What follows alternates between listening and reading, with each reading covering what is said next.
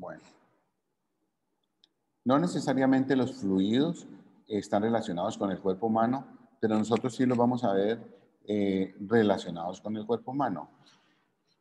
Los fluidos que vamos a trabajar como con preferencia son los fluidos no compresibles.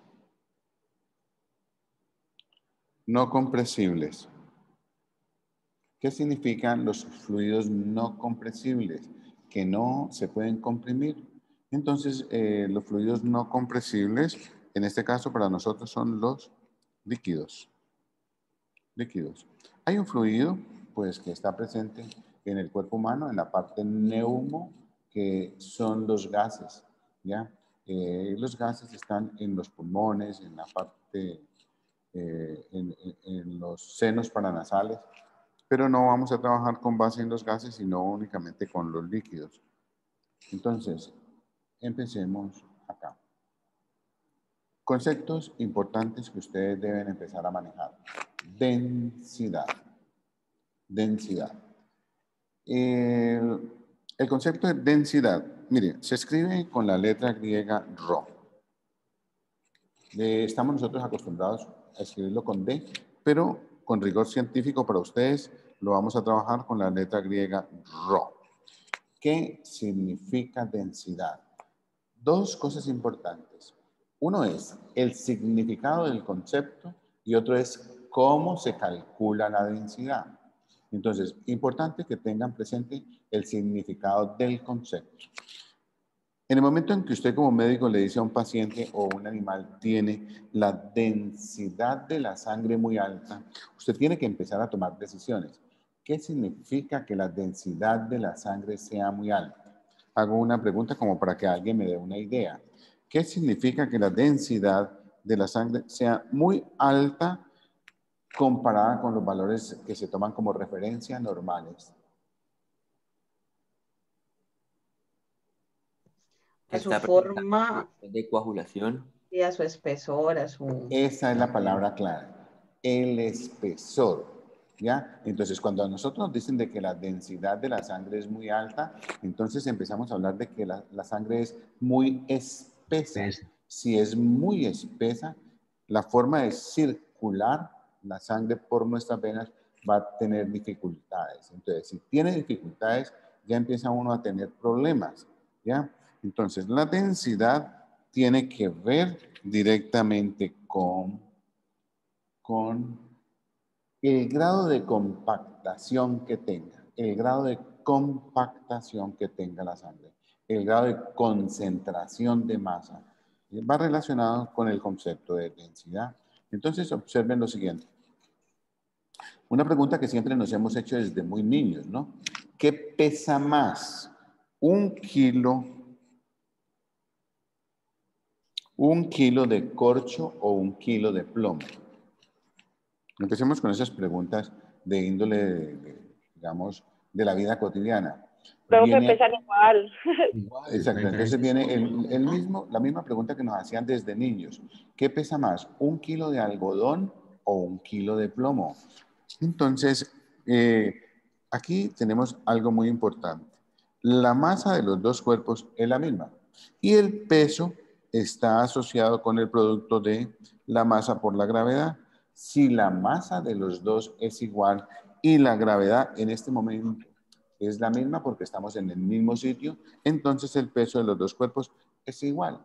¿Qué los diferencia? Entonces uno empieza a decir, bueno, si la masa de los dos es la misma, el peso es el mismo, la diferencia de los dos está en que hay un cuerpo que ocupa un volumen más grande que el otro.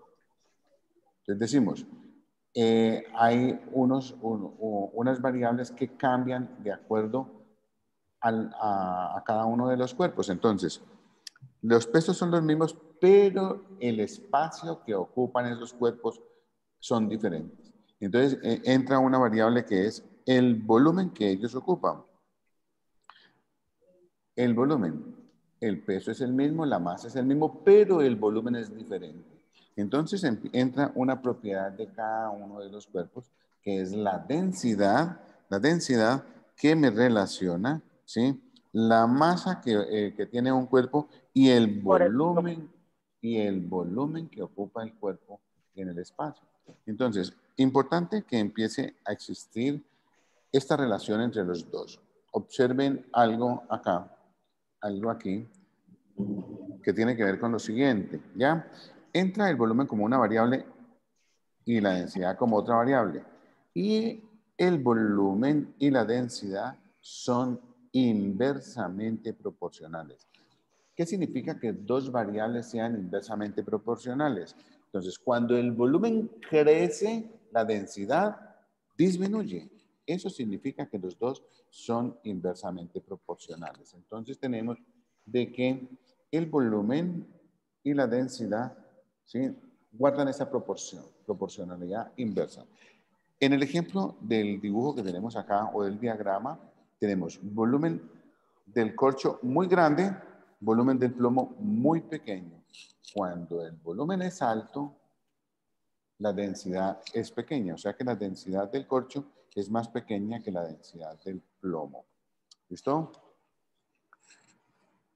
Hagamos un espacio.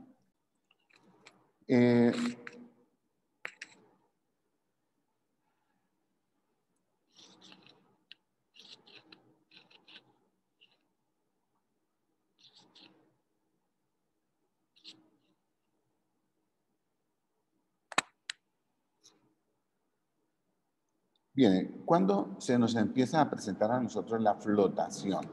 ¿Cuándo se presenta la flotación? Entonces, bueno, tengamos ese par de diagramas que tenemos aquí, vamos a trabajar con base en ellos. Entonces, cuando un cuerpo se sumerge en un fluido, y el cuerpo llega al fondo del fluido, ¿ya? Se dice que la densidad del cuerpo es más grande que la densidad del fluido. Cuando el cuerpo está entre aguas, ¿qué significa que esté entre aguas? Que no flota y tampoco está en la parte inferior del fluido. Entonces se dice que las densidades son las mismas. Y cuando un cuerpo flota en un fluido, es porque la densidad del cuerpo es menor que la densidad del fluido. Entonces, veamos el caso de la vida cotidiana. Cuando nosotros preparamos arroz, pongamos el ejemplo fundamentalmente tomando arroz, agua, sal y aceite. Todos los otros aditamentos que nosotros le ponemos al arroz, o las personas que cocinan, le ponen el arroz porque queda muy sabroso, no los tomamos en cuenta para el ejemplo. Entonces, únicamente tomamos lo básico que les dije. Arroz, agua, aceite, bueno, y la sal. Cuando ponemos el aceite en el agua para hacer el arroz, ¿dónde queda el aceite? El aceite se incorpora, flota. Flota. ¿Flota, profe? El aceite flota. ¿Por qué flota? Porque la densidad del aceite es menor que la densidad del agua. Entonces, esa es una condición de flotación. Siempre los cuerpos que tienen menor densidad están en la parte superior del fluido. Ahora, consideremos el siguiente caso. Hay un producto efervescente que nosotros tomamos de vez en cuando, que es el Alka-Seltzer. El Alka-Seltzer tiene una propiedad, muchachos, que es la siguiente. Cuando ustedes ponen el Alka-Seltzer en agua, si lo han consumido, se dan cuenta que el Alka-Seltzer viene y se estaciona en este punto.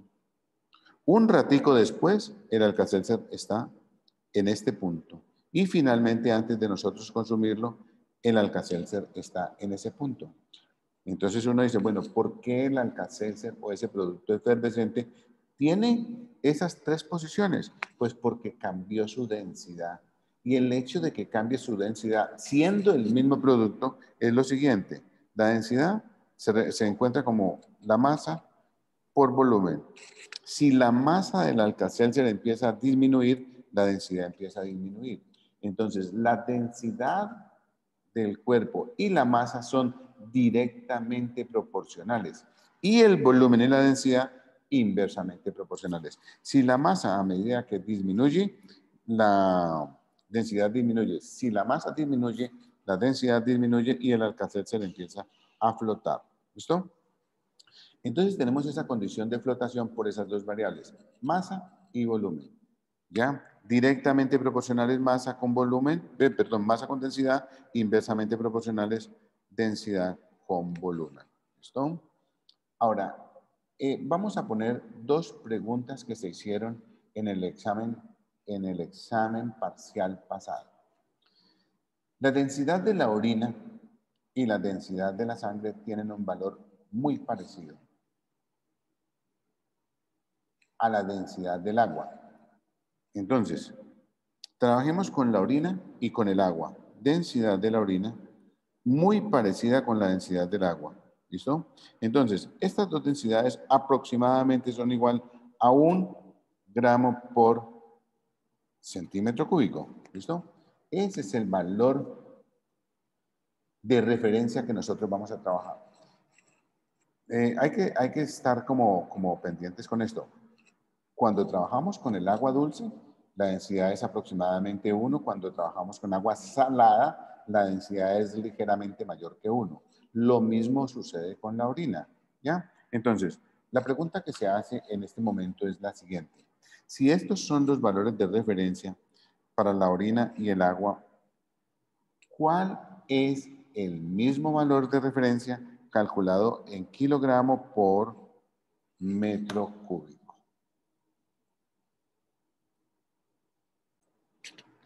Bueno, entonces, la pregunta está fundamentada en que si la densidad de la orina es muy parecida a la densidad de la sangre y nos dicen de que la densidad de la orina es muy parecida a la densidad del agua, me he equivocado ya 2 veces, y que la densidad es 1 gramo por centímetro cúbico, expresemos ese mismo valor en kilogramo por metro cúbico.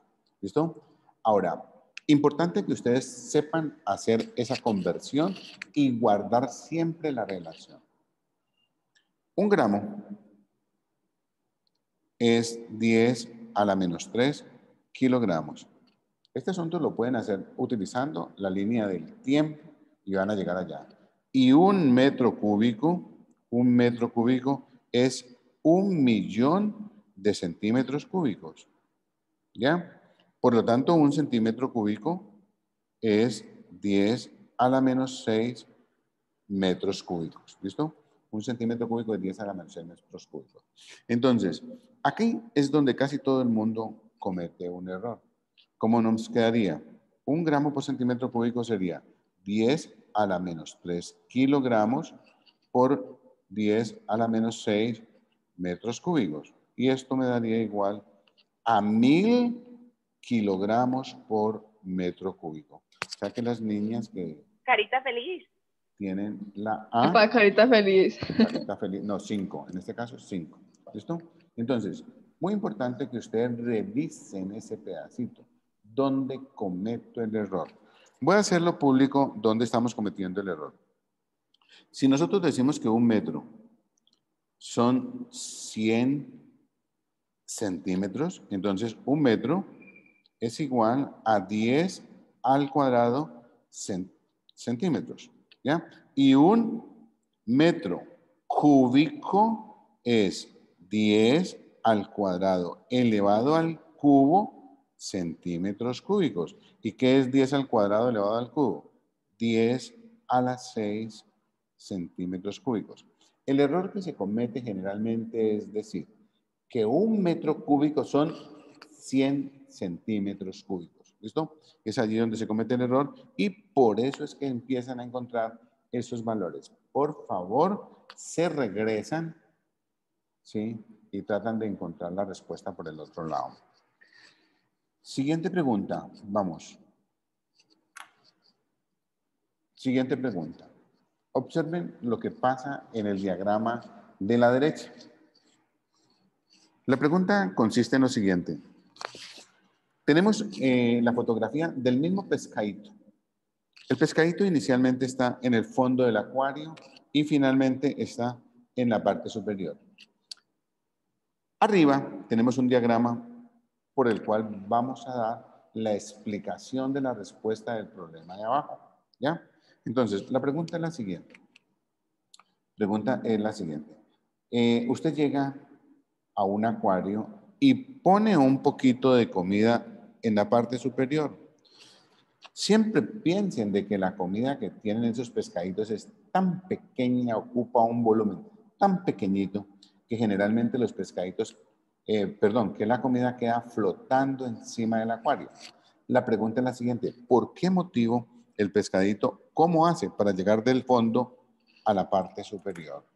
Tómense un minuto para que respondan esto.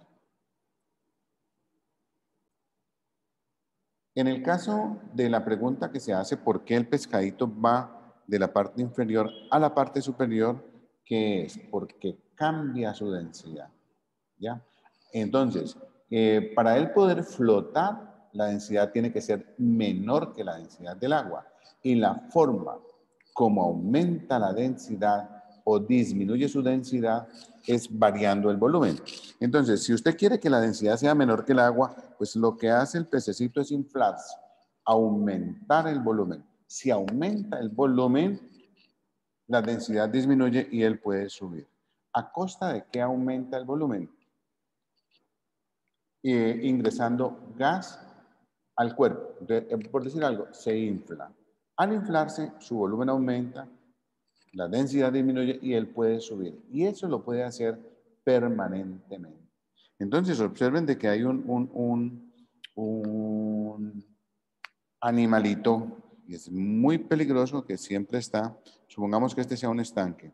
Aquí hay un cocodrilo. Un cocodrilo. El cocodrilo únicamente se le ven los ojos, ¿ya? Y él está flotando. ¿Qué está haciendo el cocodrilo allí? Esperando que llegue el almuerzo.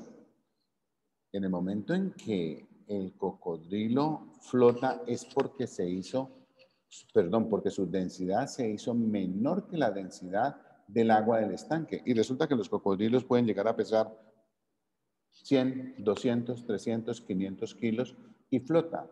O sea que la cantidad de aire que ellos pueden guardar en su organismo es tan grande que la densidad disminuye y hace que floten. ¿Listo? Entonces, no significa que los pescaditos pesen muy poquitico. No, simplemente que guardan esa relación. Masa versus volumen. ¿Listo? Siguiente pregunta que se hace acá. Veamos. Suponga que el fluido que nosotros estamos manejando acá es mercurio. Entonces, apunten por favor los datos porque yo tengo que borrar la tablet. La densidad del mercurio, voy a dar datos aproximados para todo. La densidad del mercurio, que es un fluido, es aproximadamente 13.6 gramos por centímetro cúbico. Sigue, madera. La densidad de la madera. ¿Ya? Miren la que la tenemos aquí arriba, ¿no? La densidad de la madera. Es 0.4 gramos por centímetro cúbico. Estamos tomando una madera específica porque no todas las maderas tienen esa densidad. Si ustedes alguna vez les presentan una madera africana, las maderas africanas son tan densas que se hunden en el agua. O sea que no todas las maderas flotan. Tenemos plomo, la densidad del plomo. Bueno, coloquemos algo que nosotros trabajemos más con él. Hierro. La densidad del hierro, aproximadamente, se me juntaron las dos. La densidad del hierro, aproximadamente 7 gramos por centímetro cúbico. Y finalmente, aluminio. Y la densidad del aluminio es 2.7 gramos por centímetro cúbico. Haga un dibujo o un diagrama en el cual muestre en dónde queda la madera, en dónde queda el hierro y en dónde queda el aluminio. Nos tomamos un minuto para responder. Tenemos 3 elementos. ¿Dónde En ese diagrama que tenemos a la izquierda, ¿dónde colocaría usted los tres materiales?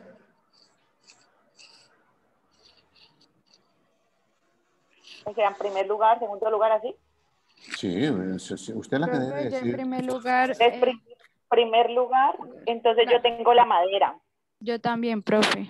Entonces voy a colocar así. En el segundo, 1, 2, Yo también la 3. madera, En el profe. número 1, ¿dónde, qué colocamos? la Madera. madera. En el número 2. Aluminio. Aluminio, En el número 3, hierro. hierro. ¿Todos tienen la misma respuesta? Y en el 4, el mercurio. Sí, profe. Profe. Bueno, listo. Entonces, bueno, el fluido que nosotros tenemos acá. Ojo con esta respuesta porque es muy importante que todos la tengamos que analizar. El fluido, o sea que el fluido que nosotros tenemos allí,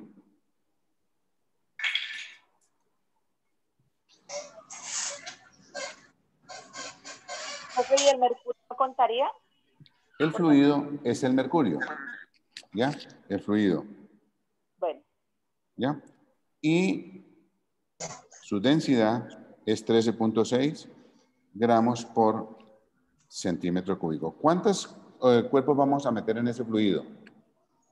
Vamos a meter 3. Hierro, de densidad 7 gramos por centímetro cúbico. Segundo cuerpo, aluminio, densidad 2.7 gramos por centímetro cúbico. Y finalmente metemos madera, densidad 0.4 gramos por centímetro cúbico. ¿Cuál de estas densidades que nosotros tenemos aquí es mayor que la densidad del fluido? ¿El hierro tiene mayor densidad que el fluido? no, profe, ninguna. No, ninguno Profe. tiene mayor densidad que el fluido. Por lo tanto, el diagrama me quedaría así. Aquí tenemos el fluido. Todos flotan. Entonces, ahora, tendríamos uno por aquí, uno por aquí, y el otro pues más o menos así. ¿Ya? Los tres flotan en mercurio. ¿Por qué los tres flotan en mercurio? Porque los tres tienen menor densidad que el mercurio. Estamos tomando el fluido como mercurio. Ahora, la pregunta es, ¿cuál es en el diagrama, cuál corresponde a cada uno? Miren que aquí puse más o menos uno que está la mitad hundido, la mitad afuera, el otro está casi todo afuera y el otro está un poquito sumergido. Entonces yo diría, ¿cuáles serían los tres resultados? El de la mitad sería el de la madera, ¿no? Bueno, entonces aquí pondríamos la madera, perfecto, que es el que más flota. De la derecha es el aluminio. El aluminio. El que está más hundido, el hierro y finalmente hierro. el aluminio. ¿Listo? Ese es el diagrama que nosotros tenemos que hacer. Tener muy presente que cuando un cuerpo tiene menor densidad que el fluido, el cuerpo flota. Cuando un cuerpo tiene menor densidad que el fluido, el cuerpo flota. Ahora, ¿qué tanto flota y qué tanto está inmerso dentro del fluido? Depende de su densidad. ¿Listo? Entonces, la respuesta les quedó mala casi que a todos, ¿no? Sigamos. Miremos lo que es densidad relativa. Densidad relativa. Ustedes deben entrar a la página que yo estoy marcando aquí. ¿Ya? A esta página. Y en esta página van a realizar una tarea que ya les voy a comentar en qué consiste.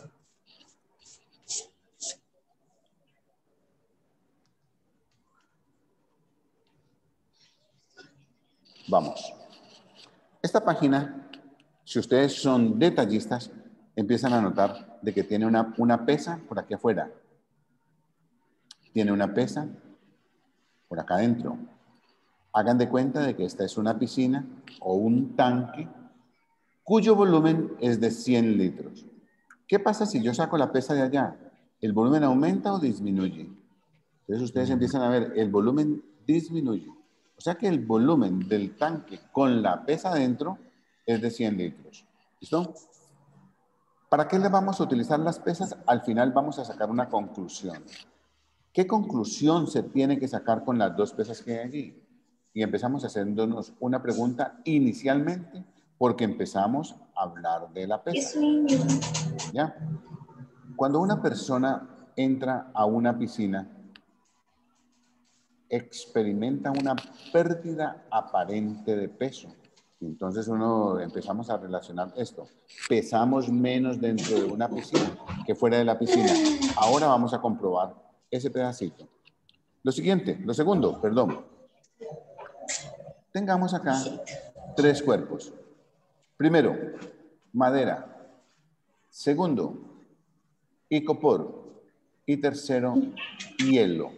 ¿Qué pasa cuando yo pongo el icopor en el estanque? Lo que hacen es dormir, comer, llorar. Él flota. ¿Flota? ¿Ya apagó? ¿Ya? Micrófono.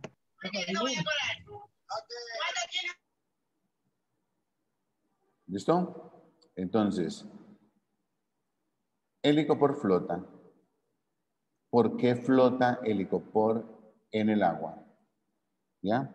¿Por qué flota el icopor en el agua? Ahora, lo importante de esta pregunta aquí es saber cuál es el porcentaje de fluido, cuál es el porcentaje sumergido en el fluido. ¿Ya? Entonces, sean detallistas acá. El icopor flota. ¿Será que la madera flota también? Escojamos la madera. ¿La madera flota? Sí flota, pero se hunde más que el icopor. ¿Qué está indicando esto? El volumen sumergido de la madera es mayor que el volumen sumergido del icopor. ¿Y qué sucede si tenemos el hielo? ¿Qué pasa con el volumen sumergido del hielo? Entonces decimos, el volumen sumergido del hielo es mayor que el volumen sumergido de la madera y es mayor que el volumen sumergido del icopor. ¿A qué condición se debe la diferencia que hay entre los volúmenes sumergidos? Entonces, empecemos haciendo el siguiente cálculo. Voy nuevamente al icopor. Icopor, ojo con esto que les voy a decir acá. Icopor únicamente se llama en Colombia, porque sería industria colombiana de este producto. Digamos, en los Estados Unidos ya no llamaría icopor. Entonces, ustedes deben darle el término, el nombre científico, que sería poliestireno expandido, o el nombre que está acá en inglés. ¿Listo? Ese es el icopor. ¿Qué es lo que necesitamos encontrar del icopor? Primero, observemos. Ponemos el icopor en el fluido. El tanque tiene un volumen inicial de 100 litros. ¿Qué volumen tiene cuando sumergimos parcialmente el icopor? Dejemos que se estabilice. Entonces el volumen aumenta de 100 a 100.75.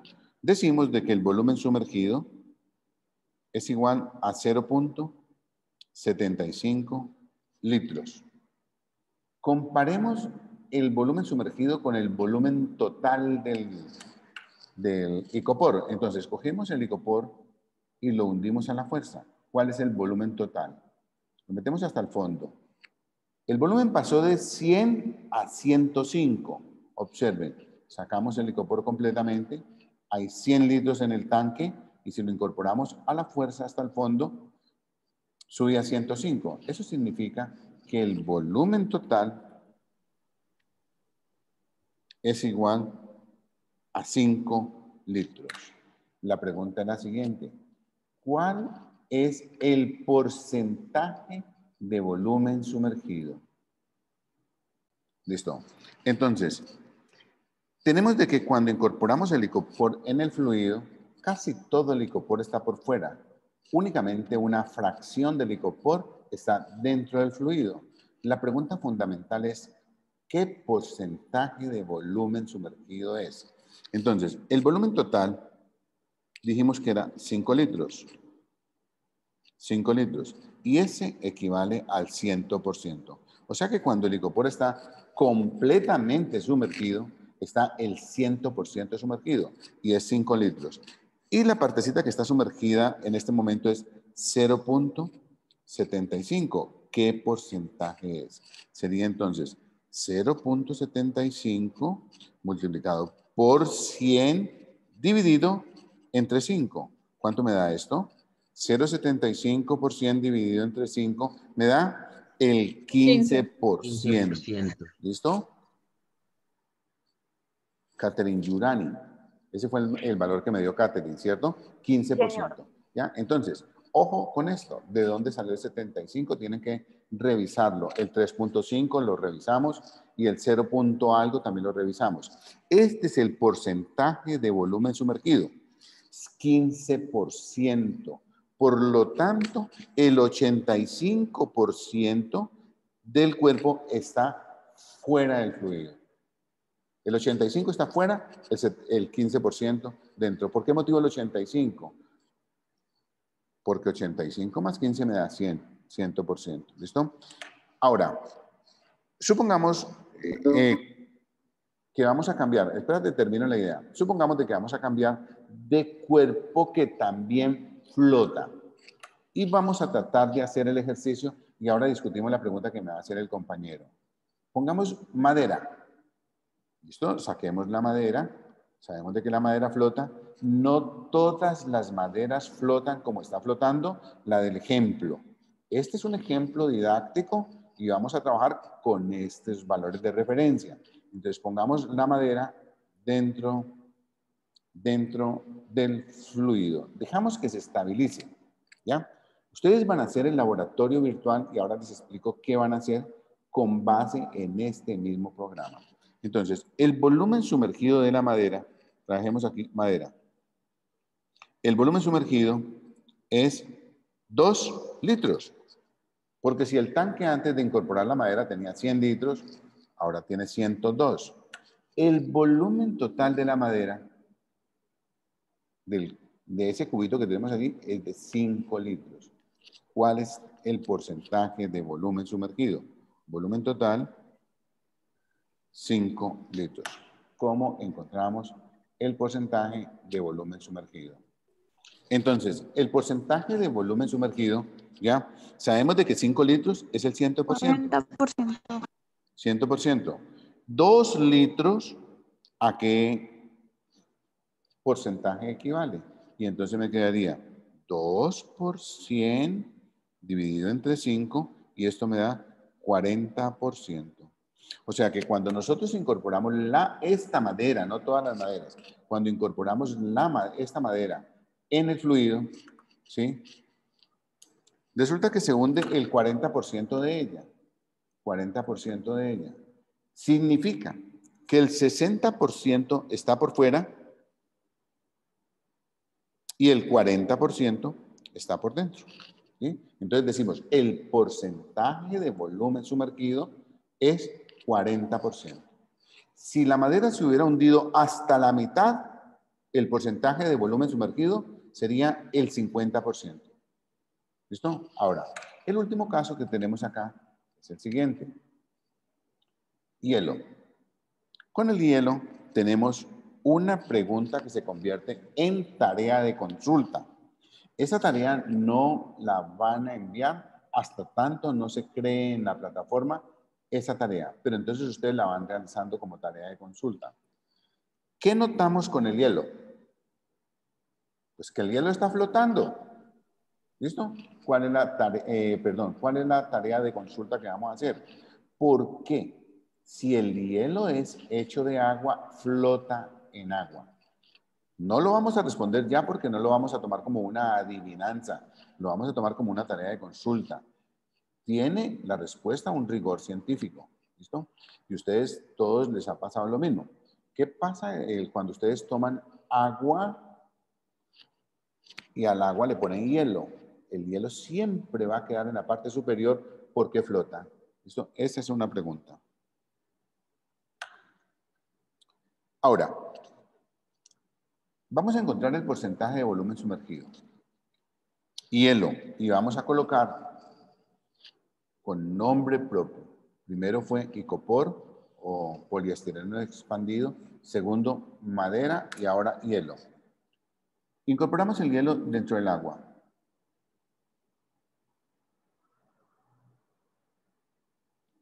¿Cuánto vale el volumen sumergido? Después de que se estabilice el sistema, ahí estaría como tratando de subir y bajar, pero llega un momento en que se tiene que estabilizar.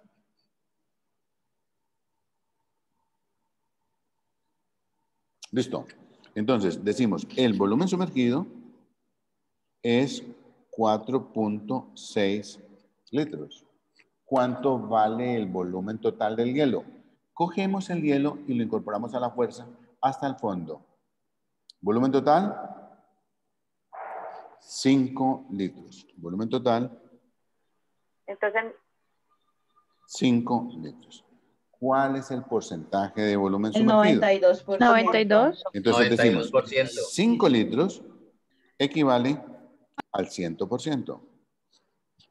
4.6 litros, ¿a qué porcentaje es? O sea que sería 4.6 por 100 dividido entre 5.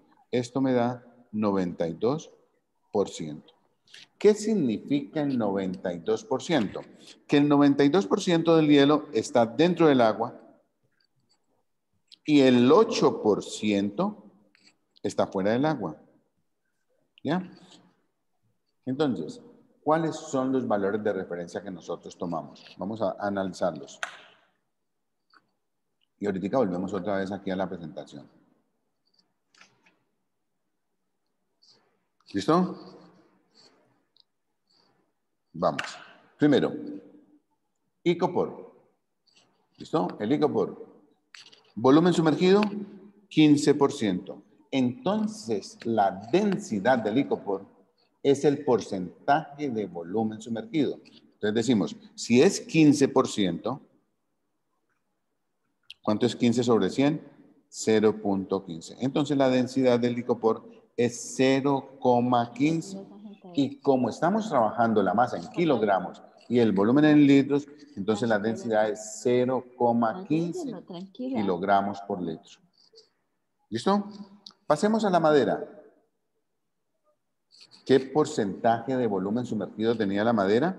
Dijimos, volumen sumergido es el 40%. Por lo tanto, la densidad de la madera equivale a 0.4 kilogramos por litro. Y finalmente, todo el personal de aseo. Xiomara, por favor, bájale volumen, es que estamos grabando.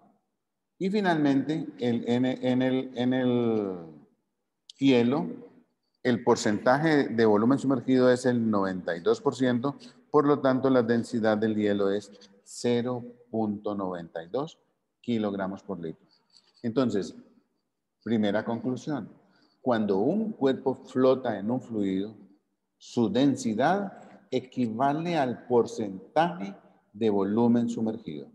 ¿Listo? Entonces, ¿por qué motivo el hielo está casi completamente hundido, la madera hasta la mitad, y el icopor está casi completamente por fuera del fluido? Porque las densidades son diferentes. La densidad del hielo es mucho más grande que la densidad de la madera, por eso se hunde más. Pero flota, porque la densidad del hielo es menor que 1. Estamos trabajando con agua, entonces si decimos que la densidad es menor que 1, flota, la madera pues lógicamente flota, ¿ya? Entonces viene una pregunta que se hizo en el examen parcial pasado. Vamos a hacer la pregunta, hacemos una pequeña pausa y respondemos. Observen lo siguiente.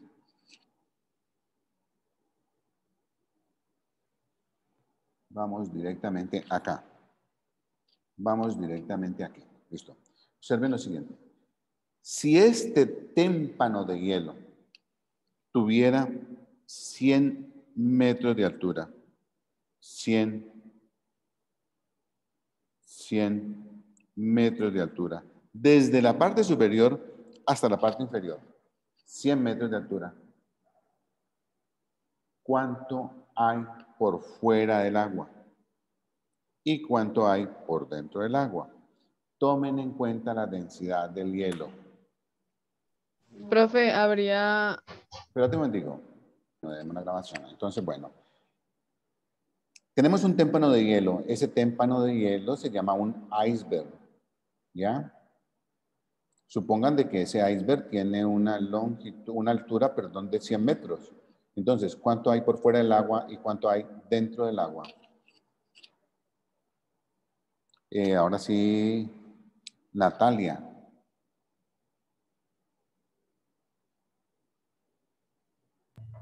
Profe, pues yo le hice de la siguiente, bueno, media así. Serían 92 metros hacia abajo, pues que estarían bajo el agua y 8 estarían sobresaliendo. Listo, entonces vean.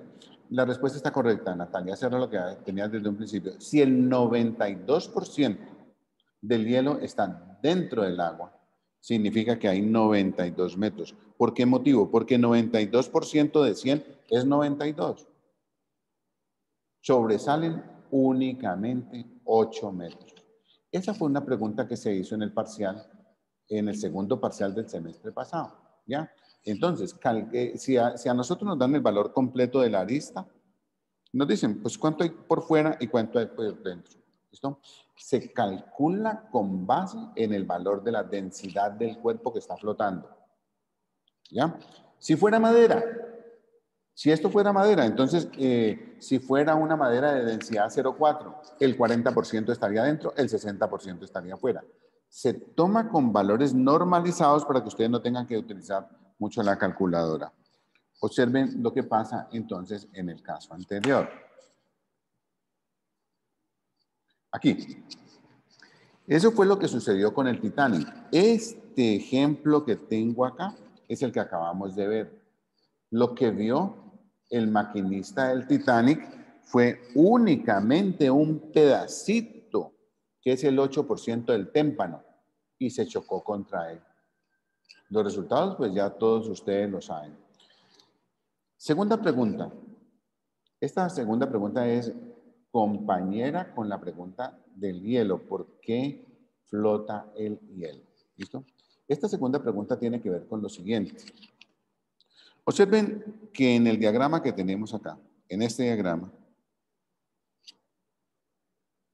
tenemos los cuerpos separados de acuerdo a su densidad.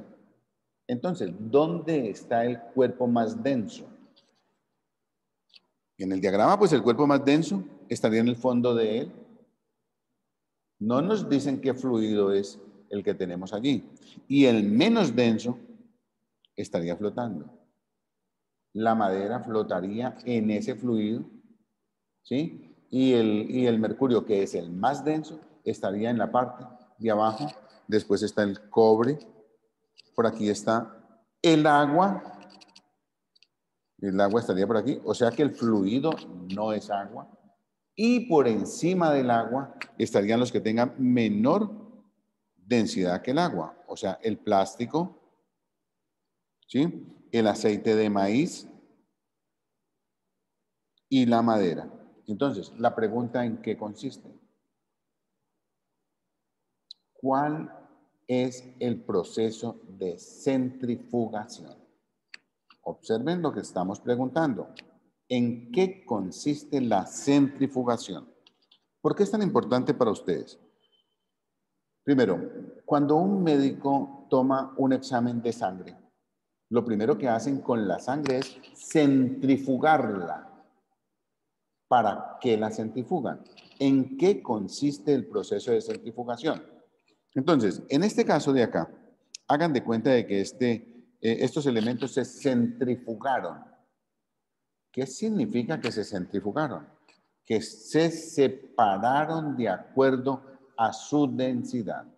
Entonces, cuando usted observa los resultados de la centrifugación de la sangre, encuentra que la sangre está separada de acuerdo a la densidad. Los glóbulos rojos van a un lado, los blancos van al otro lado, el plasma va en otra parte. Entonces, usted como médico puede decir qué porcentaje de glóbulos rojos hay, qué porcentaje de glóbulos blancos y qué cantidad de plasma hay en la centrifugación. Entonces, la pregunta consiste en, consulten, ¿en qué consiste la centrifugación? ¿Listo? Sigamos.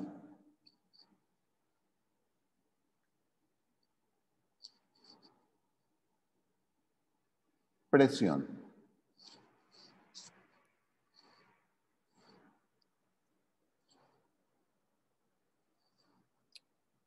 Presión. Entonces, acá, en la presión, hay otra simulación. Pero para nosotros es importante empezar a definir qué es la presión. ¿Qué es la presión? Vean. Resulta de que cuando usted como médico pide que su paciente se tome un examen de colesterol, entonces resulta de que en el colesterol le aparecen dos elementos que usted debe analizar. Entonces el colesterol tiene uno que es el LDL y el HDL. En las pruebas de colesterol le aparecen a ustedes los resultados del LDL y el HDL. Porque en este momento ya el médico sabe de que hay un colesterol bueno y hay un colesterol malo.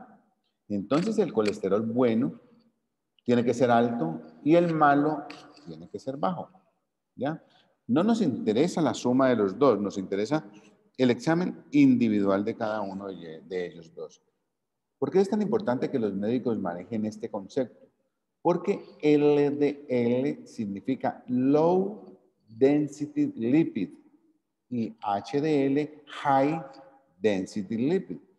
Y traduciéndolo sería lípidos de baja densidad y lípidos de alta densidad. Ustedes después van a entender de que la densidad es un factor muy importante para usted como médico manejarlo. ¿Cuál es el bueno y cuál es el malo?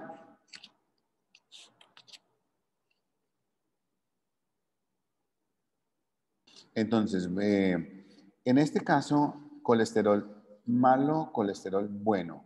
El colesterol malo es el LDL. Este es el colesterol malo y el bueno es el HDL. El colesterol malo lo tienen los médicos diferenciado de esa forma a nivel científico porque si usted tiene una arteria, esta es una arteria o una vena, pues la tiene. Esta es una vena que está completamente bien. Cuando el colesterol malo actúa, se pega en las arterias. Entonces, se puede pegar de la siguiente forma. Se puede pegar de la siguiente forma. Vamos a ponerlo de un color verde. Se puede pegar de esta forma. Por dentro de la arteria se acumula y va taponando la arteria al punto en que no deja sino ese pedacito para que pase la sangre. O también se puede pegar por fuera de la arteria.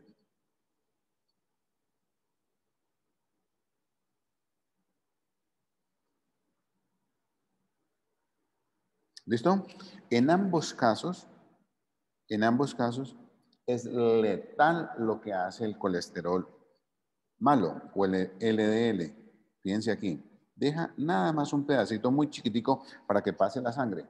Si se pega desde afuera, estrangula la arteria. Si se pega desde adentro, la tapona. ¿Listo? Entonces, es un colesterol de baja densidad, pero tiene alta viscosidad. Y la viscosidad mide el grado de pegajosidad que tiene un cuerpo cuando él se está moviendo.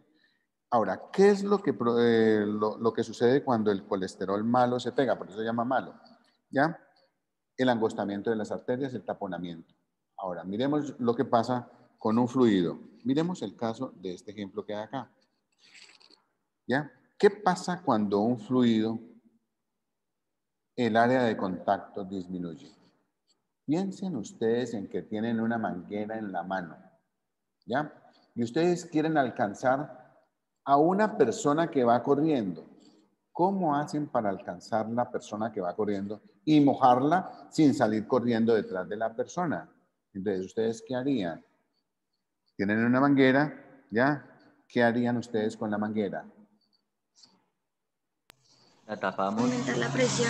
Entonces, exacto, tratamos de aumentar la presión para que la velocidad del fluido crezca.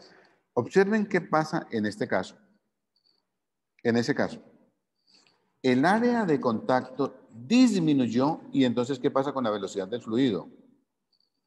Aquí tenemos una velocidad chiquitica, aquí tenemos una velocidad, aumenta la velocidad del fluido y todos nos damos cuenta de que la presión aumenta.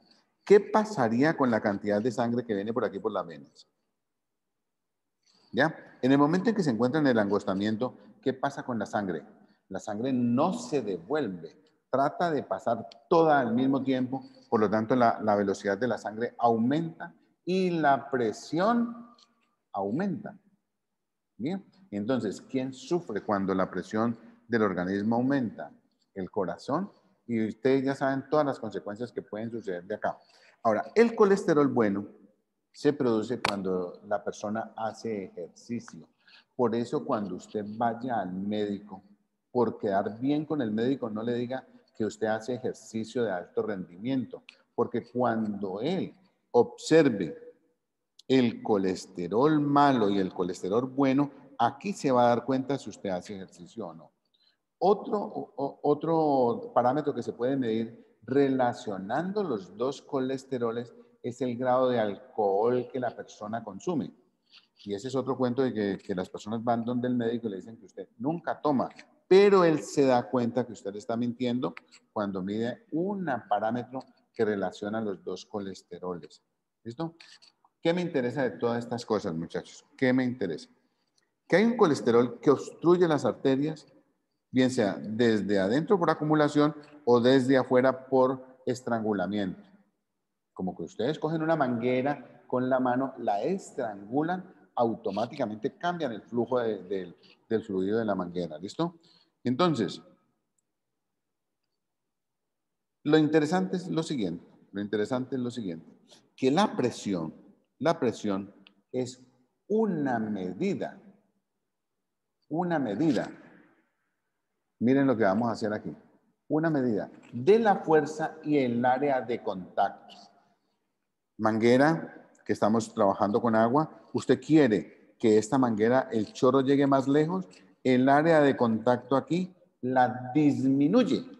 Y al disminuirla, aumenta la velocidad y aumenta la presión. Entonces empieza a haber una proporcionalidad inversa entre la presión y el área de contacto. ¿Ya? Entonces aquí tenemos la fuerza del fluido. ¿Cómo es esa proporcionalidad? A medida que el área de contacto disminuye, la presión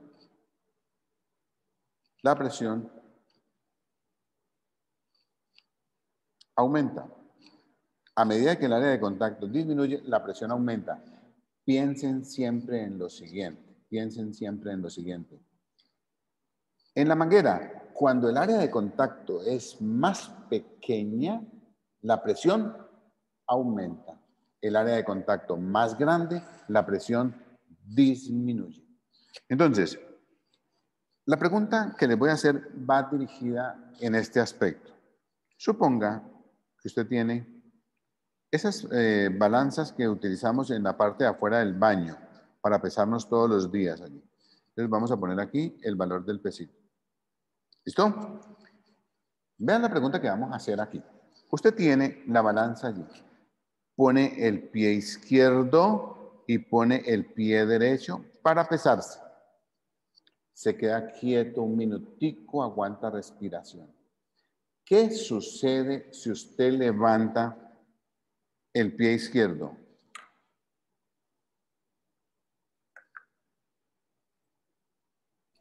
Hay una pregunta sobre cuando nosotros nos paramos en una balanza o en una pesa. Estamos hablando de la balanza casera, de la que hay en la casa para nosotros tomarnos el peso todos los días. Nos paramos con los dos pies allí y de repente nos da por levantar uno de los dos pies. ¿Cambia el peso de la balanza? ¿O cambia el peso que la balanza está midiendo? ¿Ustedes qué dicen? No. Fíjense que ahora que estábamos en la discusión, un estudiante dijo que sí, que Yo pesábamos digo que más. sí. ¿Ya? Entonces, bueno, ojo con la reflexión que vamos a hacer. La masa de la persona que está encima de la balanza sigue siendo la misma, usted tenga un pie levantado o encima de la balanza. A no ser de que usted tenga una prótesis y su pierna sea de palo y se la quite. Al quitársela, pues cambia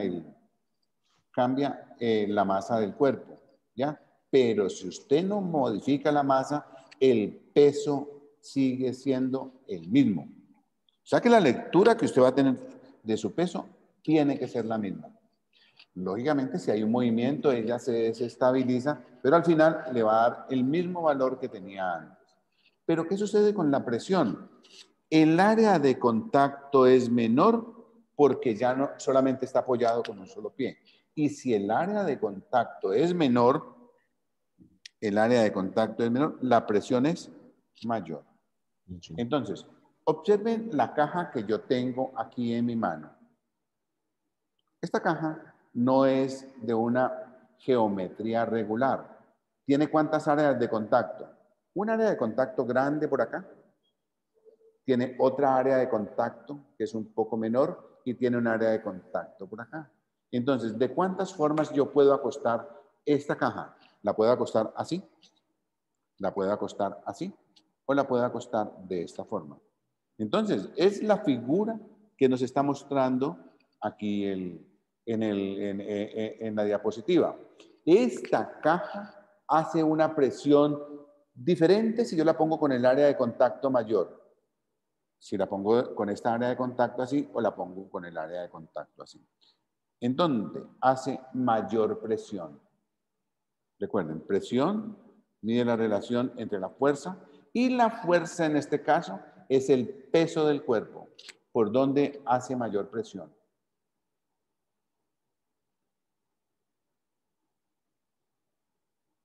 Vertical, así como vertical. Entonces, Como están a fíjense, la derecha. la tengo aquí, después la tengo de esta forma o después la tengo de esta manera. Entonces, ojo con esto, ¿no? Presión, fuerza por unidad de área. Resulta de que la fuerza que está haciendo el cuerpo equivale al peso del cuerpo y el peso es el producto de masa por gravedad dividido entre el área de contacto. La masa es la misma, independientemente de cómo la pongamos. La gravedad sigue siendo la misma y el producto de masa por gravedad es una constante si la gravedad no cambia. O sea que si nosotros estamos haciendo el experimento en la casa, en el salón o acá en la universidad, este valor es constante. Pero el área de contacto cambia, porque yo puedo poner la caja así, la puedo poner así o la puedo poner así. Entonces, si el área de contacto disminuye, la presión aumenta. Y aquí tenemos el caso. Ahí tenemos el problema resuelto. Área de contacto grande, área de contacto pequeña. Ahora, el peso se mide en unidades de Newton. El área en metro cuadrado.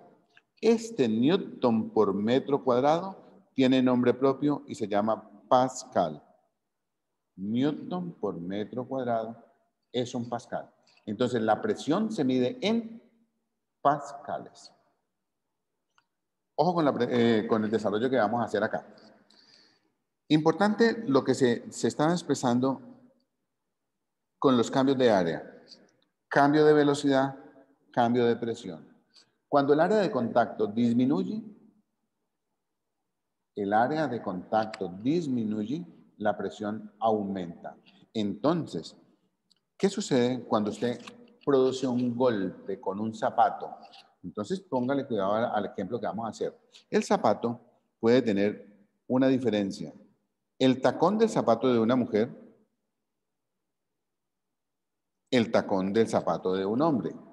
¿Con cuál de los dos, utilizando la misma fuerza, usted produce más daño? Entonces, automáticamente piensan, si el taconazo es en la cabeza, ustedes se imaginan, ¿con cuál de los dos tacones produce más daño? Respondamos desde el punto de vista con rigor científico. Cuando el área de contacto es menor. Entonces, haces más daño con el tacón del zapato de una mujer. Y si el zapato de repente tiene una puntilla en la punta, ya se imaginan el daño que hace, porque la puntilla tiene un área infinitamente más pequeña que el zapato. ¿Ya? Entonces, la presión es inversamente proporcional al área de contacto. ¿Está ahí? Ahora bien, ojo con el desarrollo que vamos a hacer aquí. La presión, dijimos que es la fuerza por unidad de área. Si la persona está de pie en el piso, entonces, ¿cómo calculamos la fuerza? El peso por unidad de área. ¿Listo? Peso es el producto de masa por gravedad. Aquí viene algo que nos relaciona la masa con la densidad. La densidad del cuerpo relaciona la masa y el volumen. Por lo tanto, la masa la puedo expresar en función de la densidad como densidad por volumen. ¿Cómo me queda la presión? Entonces, la presión me queda como la masa, que es densidad por volumen, multiplicado por la gravedad sobre el área. ¿Cómo encuentro el área de este cuerpo que hay acá? ¿Ya? El área sería multiplicar largo por ancho. Y el volumen sería multiplicar largo por ancho por alto. Entonces, la presión me quedaría como densidad por volumen, que es área por altura, multiplicado por gravedad y dividido entre área. Se simplifican las dos áreas y me queda de que la presión la puedo encontrar como la densidad por la gravedad por la altura.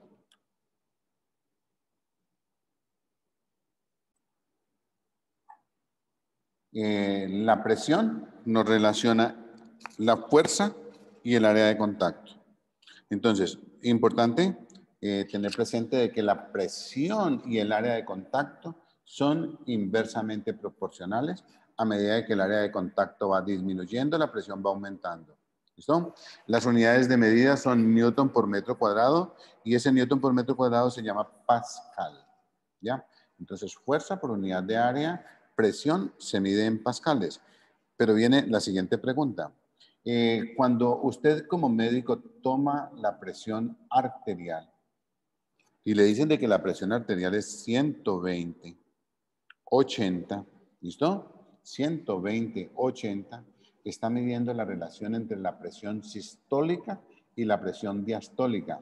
Y lo siguiente es importante, que las medidas no son en pascales, sino en milímetros de mercurio. ¿Ya?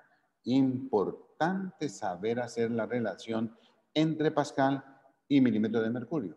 ¿Ya? Ahorita vamos a hacer esa conversión. ¿Listo? Entonces,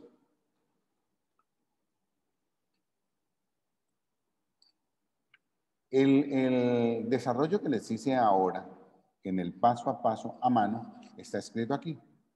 Si la presión nosotros la expresamos como fuerza por unidad de área y la fuerza que es la fuerza con que la Tierra atrae los cuerpos, o sea, el peso del cuerpo, W, entonces podemos expresar el peso como el producto de masa por gravedad. La masa la expresamos en función de la densidad, o sea que la masa la ponemos como, si densidad me expresa la masa por unidad de volumen, entonces la masa la puedo expresar como densidad por volumen, multiplicado por gravedad. Ahora, viene algo importante. Observen lo siguiente, muchachos. Miren la caja que yo tengo aquí en la mano. ¿Cómo encuentro el volumen de esta caja? Multiplicando el largo por el ancho, después por el alto. Pero cuando yo multiplico largo por ancho, estoy encontrando el área de la base. O sea que el volumen de la caja es área de la base multiplicado por la altura. Área de la base multiplicado por la altura. Y aquí, eso es lo que estamos expresando. Que este volumen que tengo acá, lo puedo expresar como el producto de área por altura. Entonces, ¿por qué hago eso? Ese es un artificio para simplificar las áreas.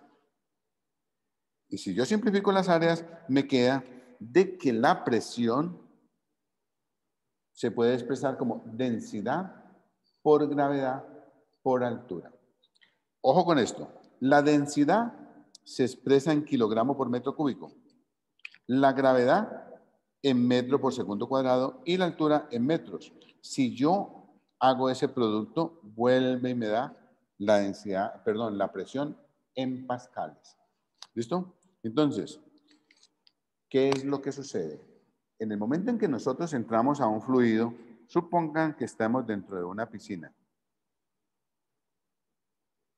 Aquí tenemos el fluido. ¿Dónde la presión es más alta? ¿En la parte superior o en la parte inferior de la piscina? Nosotros tenemos un detector de presión en nuestro organismo que son los oídos. En el momento en que entramos a una piscina, los oídos nos están diciendo qué tan abajo estamos. Entonces, a medida que nosotros vamos descendiendo dentro de un fluido, la presión va aumentando.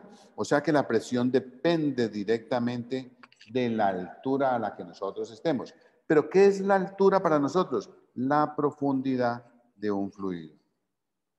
Entonces, por eso la presión o la expreso en función del área de contacto o la expreso en función de una altura.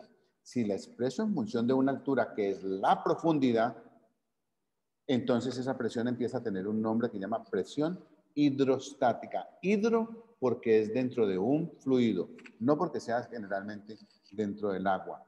Importante. Ahora hacemos la relación que hay entre la presión hidrostática y la presión con respecto al área de contacto para hacer la relación que hay entre pascales y milímetros de mercurio. ¿Listo? Bueno, saquemos una segunda conclusión respecto a la parte de la flotación. Les recuerdo la primera. La densidad se toma como porcentaje de volumen sumergido. La segunda tiene que ver con el principio de Arquímedes. Entonces, por favor, escriban esto. Principio de Arquímedes. Es la segunda conclusión que vamos a sacar nosotros de allí. Ahora bien, el principio de Arquímedes tiene 3 enunciados. Esta segunda conclusión expresa 2 de ellos. Entonces, vamos a hacer el ejemplo con la madera, que es como el más fácil de ver acá. Y pongamos una madera bien grandotota por acá. El volumen que tenemos aquí en el tanque es de 100 litros. Puse un volumen de la madera, porque lo puedo variar, de 10 litros. ¿Qué sucede si incorporo la madera dentro del fluido? ¿Qué cantidad de volumen desplaza la madera cuando está completamente inmersa dentro del fluido? Aquí. Volvamos otra vez. El tanque tiene 100 litros. Yo cojo la madera y la incorporo completamente. ¿Hasta dónde sube la madera? Perdón, ¿hasta dónde sube el fluido? Hasta 110 litros. ¿Cuál es el volumen del cuerpo que yo estoy incorporando? 10 litros. Entonces, el volumen sumergido es igual al volumen desplazado o volumen desalojado. Ese es el primer enunciado del principio de Arquímedes. O sea que cuando nosotros cogemos, ahora, en este caso, ¿qué cantidad de volumen se sumerge allí? Recuerden el ejemplo que hicimos al principio. ¿Qué cantidad de volumen? Vamos a ponerlo con el ejemplo del principio. Acá tenemos 5 litros. Ahorita que termine me hace la pregunta. 5 litros. Recuerden, el porcentaje me dio el 40%. ¿Qué cantidad de volumen se sumergió aquí? El 40% de 5 litros es 2 litros. Por lo tanto, el volumen sumergido, o sea, estos 2 litros que se sumergen acá, es exactamente el volumen desplazado o el volumen desalojado. Si yo incorporo todo el cuerpo, pues miren que va a desalojar más, hasta que desaloja los 5 litros completos. ¿Listo? La pregunta que nosotros nos hicimos al principio de la clase es, ¿para qué están este par de balanzas? Una fuera de la piscina y otra dentro de la piscina. ¿Listo? Entonces, vean. Primero, ¿cuánto pesa este ladrillo de 10 kilos? Si a mí me están averiguando por el peso, entonces el peso es el producto de la masa por la gravedad. Vamos a tomar la gravedad como 9.8 metros por segundo cuadrado. ¿Listo? 9.8 metros por segundo cuadrado. Si la masa del ladrillo es de 10 kilogramos, ¿cuál es el peso? Entonces nosotros diríamos, el peso sería igual a 10 kilogramos multiplicado por 9.8 metros por segundo cuadrado. Y esto me da 98 newtons. O sea que el peso de una masa de 10 kilogramos es de 98 newtons, siempre y cuando tenga la gravedad como 9.8. O sea que yo cojo este cuerpo y lo pongo encima de la balanza. ¿Cuánto pesa? 10 kilogramos. No. La masa es de 10 kilogramos. 98. El peso es de 98 newtons. Entonces, la idea va en este sentido. Cuando una persona está fuera de la piscina, tiene un peso. Cuando esa misma persona se incorpora dentro de la piscina, tiene un peso diferente. Entonces, experimenta una pérdida aparente de peso. Miren lo que pasa con este ladrillo. Aquí pesa 98 newtons. Y dentro de la piscina pesa 49. Entonces, ¿por qué motivo experimenta una pérdida aparente de peso? ¿Y por qué se llama pérdida aparente y no pérdida de peso? ¿Listo? Entonces, el fluido ejerce una fuerza ascensional. Ese ascensional significa que la fuerza está hacia arriba, ¿no? Entonces, y hace de que el peso del cuerpo disminuya. Esa fuerza se llama empuje. Y ese es el segundo enunciado del principio de Arquímedes. Los fluidos, cuando usted incorpora un cuerpo dentro del fluido, el fluido hace una fuerza hacia arriba. Piense, usted va a meter algo dentro de un balde que tenga agua. Ese balde con agua le hace una fuerza hacia arriba. Esa fuerza se llama empuje. Y ese empuje se calcula como la diferencia que hay entre el peso en el aire menos el peso dentro del fluido. En el ejemplo que nosotros estamos haciendo, el peso en el aire, ¿cuánto es? Volvamos otra vez. Sacamos el cuerpo del fluido, lo ponemos aquí. El peso en el aire es 98 newtons. ¿Cuánto pesa dentro del fluido? 49 newtons. Entonces, ¿cuánto? Perdón. 49 newtons. Entonces, ¿cuánto vale el empuje? El empuje es la diferencia de los dos, o sea que el empuje sería igual a 49 newtons. Este cuerpo en especial que se incorporó dentro de ese fluido pierde la mitad del peso. ¿Por qué motivo? Porque cuando el cuerpo entra dentro del fluido, experimenta una pérdida aparente de peso. Importante que empiecen a identificar por qué se dice pérdida aparente de peso. Porque la masa es la misma adentro y fuera del fluido. Es muy diferente que nosotros hubiéramos quitado del ladrillo un pedazo de ladrillo. En este caso, no. ¿Listo? Entonces, el caso que nosotros estamos viendo sirve para expresar los dos primeros enunciados del principio de Arquímedes. Ahora, ojo con lo que vamos a poner acá. Busquemos la madera, y pongámosla a flotar. ¿Qué tanto fluido desplaza la madera? Entonces ya vemos aquí. Desplaza 2 litros. ¿Qué sucede si nosotros en vez de tener este fluido, agua, tenemos aceite de oliva? Entonces cambiamos el agua por aceite. Miren en la parte de abajo. Cambio el agua por aceite. ¿Qué significa? Que el aceite es menos denso que el agua. Entonces, ¿qué cantidad de aceite desplaza? Anteriormente desplazaba 2 litros. Ahora, ¿qué cantidad de aceite desplaza? 2.18. O sea que si el fluido es menos denso, más se hunde el cuerpo, más fluido desplaza. ¿Qué pasa si lo metemos en gasolina? La gasolina es menos densa que el agua.